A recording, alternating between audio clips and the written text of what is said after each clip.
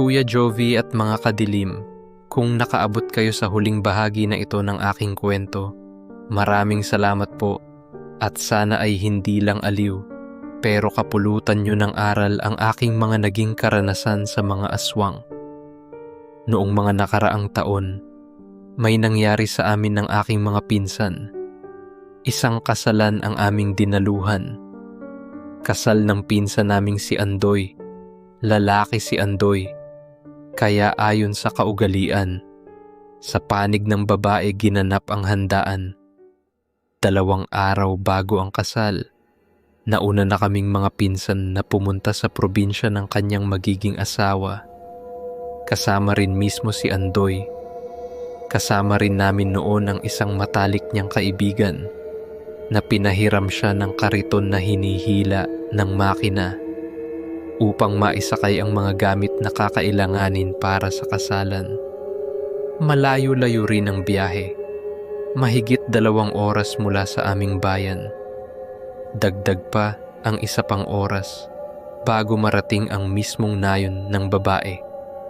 Habang naglalakbay, biro ng biro ang mga pinsan ko, lalo na kay Pedro, sapagkat dala-dala niya ang halos 1 bayong ng kalamansi. Puro kalamansi rin ang laman ng kanyang sako, kaya tinawag na namin siyang Kalamansi Man. Dahil sa likod ng kanilang bahay, puro puno ng kalamansi ang tanim ng kanilang pamilya. Akala namin magagamit pa namin ang kalamansi, pero sa huli, naging display lamang. Mainit ang pagtanggap sa amin ng pamilya ng babae at talaga namang nabusog kami sa mga handang pagkain. Sariwa ang mga lamang dagat na iniluto at masarap ang pagkakaluto. Nang gumabi, nagtipon-tipon kami sa dalampasigan na malapit lamang sa kanilang tahanan. Nagpapahinga, nagbibiruan, walang ipinagbawal sa amin. Maliban lamang sa paalala, huwag lumangoy kapag malalaki na ang alon, sapagkat mapanganib. Marami ring puno ng niyog sa paligid, kaya naisipan naming maglaro. Sabi ni Andoy, magtaguan daw kami, ngunit dahil takot ang ilan, nagpasya na lang kami na gawing pares ang laro. Tuloy ang halakhakan at kalokohan. Lalo na't nandyan si Andoy at si Pedro, na kilalang mandaraya sa laro.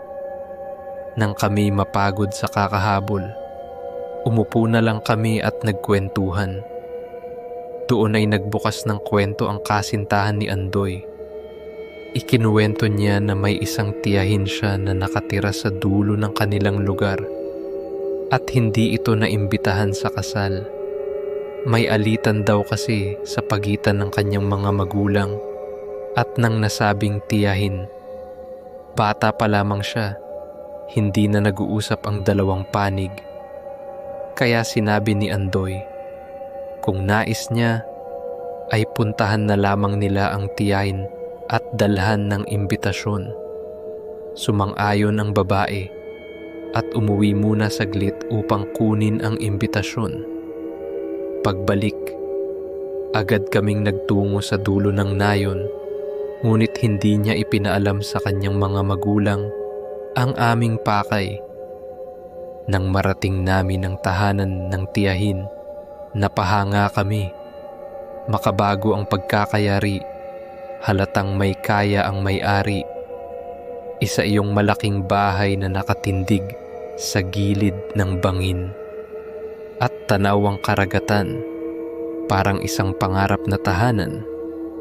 Ang sumalubong sa amin, ang katiwala ng bahay. Dinala kami nito sa hardin, kung saan naroon ang tiyahin. May edad na siya, ngunit halata ang kinis at ang anyong hindi gaanong dumaan sa hirap. Pinapasok ang iba sa loob ng bahay, ngunit ako, nagpaiwan muna sa labas upang manigarilyo. Kasama ko si Pedro at isa pa naming pinsan. Halos 30 minuto kaming naaliw sa koi pond sa hardin. Nang dumating ang katiwala, may dalang merienda para sa amin. Nakaugalian ko noon na paikotin ang baso bago inumin. Ginawa ko rin iyon. Ngunit sa hindi inaasahan, bigla itong nabasag sa aking kamay. Sa lahat ng taon ng aking gawi, iyon ang unang pagkakataon na may nabasag. At hindi lang ako, pati rin ang hawak ni na Pedro at ng pinsan ko. Sabay-sabay na nabasag. Nagkatinginan kami at sabay-sabay na kumaripas ng takbo. Pinasok agad ang mga kasama sa loob. Hinila namin sila at nagmadaling sumakay sa kariton. Galit na galit si Andoy sapagkat hindi niya maintindihan ang aming ginagawa. Minumura pa niya kami dahil pakiramdam niya'y nagloloko lamang kami. Ngunit hindi pa kami nakakalayo. Biglang nagsimulang manggisay at magsuka ang ilan sa amin. Lalo na si Andoy at 2 pa naming pinsan. Sa halip na bumalik sa bahay ng babae, diretso kaming nagtungo sa bayan at dumiretso sa ospital. Laking gulat namin nang malaman ang dahilan. Ang ininom pala nila ay hindi ordinaryong juice, kundi kemikal na ginagamit ng mga magsasaka upang pamatay ng damo. Sabi ng mga manggagamot, kung hindi agad na itakbo, baka hindi na sila umabot. Doon namin nalaman ang katotohanan. Ang tiyahin ng babae, noong siya'y nagtrabaho sa ibang bansa, natuto ng masamang sining ng pangkukulam. Sa simula, mga hayop lamang ang kanyang pinapraktisan, ngunit kalaunan, maging tao na rin. Kaya tinakwil siya ng kanyang pamilya at lumayo. Dahil sa nangyari, hindi natuloy sa panig ng babae ang kasalan. Sa aming bayan na isinagawa ang selebrasyon at naurong pa ang araw dahil kinailangang magpagaling sa loob ng halos 1 linggo ang mga pinsan ko. Mula noon, napagtanto namin na hindi lamang mga aswang ang dapat katakutan. Hindi lang sa iisang rehiyon sila matatagpuan, kundi saan mang sulok ng bayan.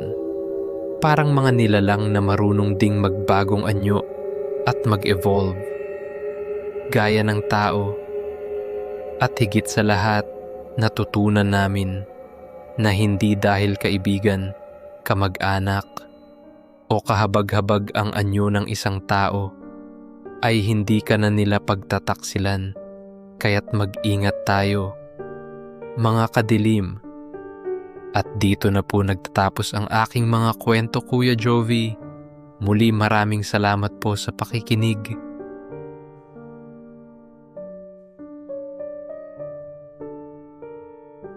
Kung ikaw ay may kwentong katulad nito, ipadala lang sa Ulap Noir. Baka kwento mo na ang susunod naming ilahad. Ako si Jovi ng Ulap Noir.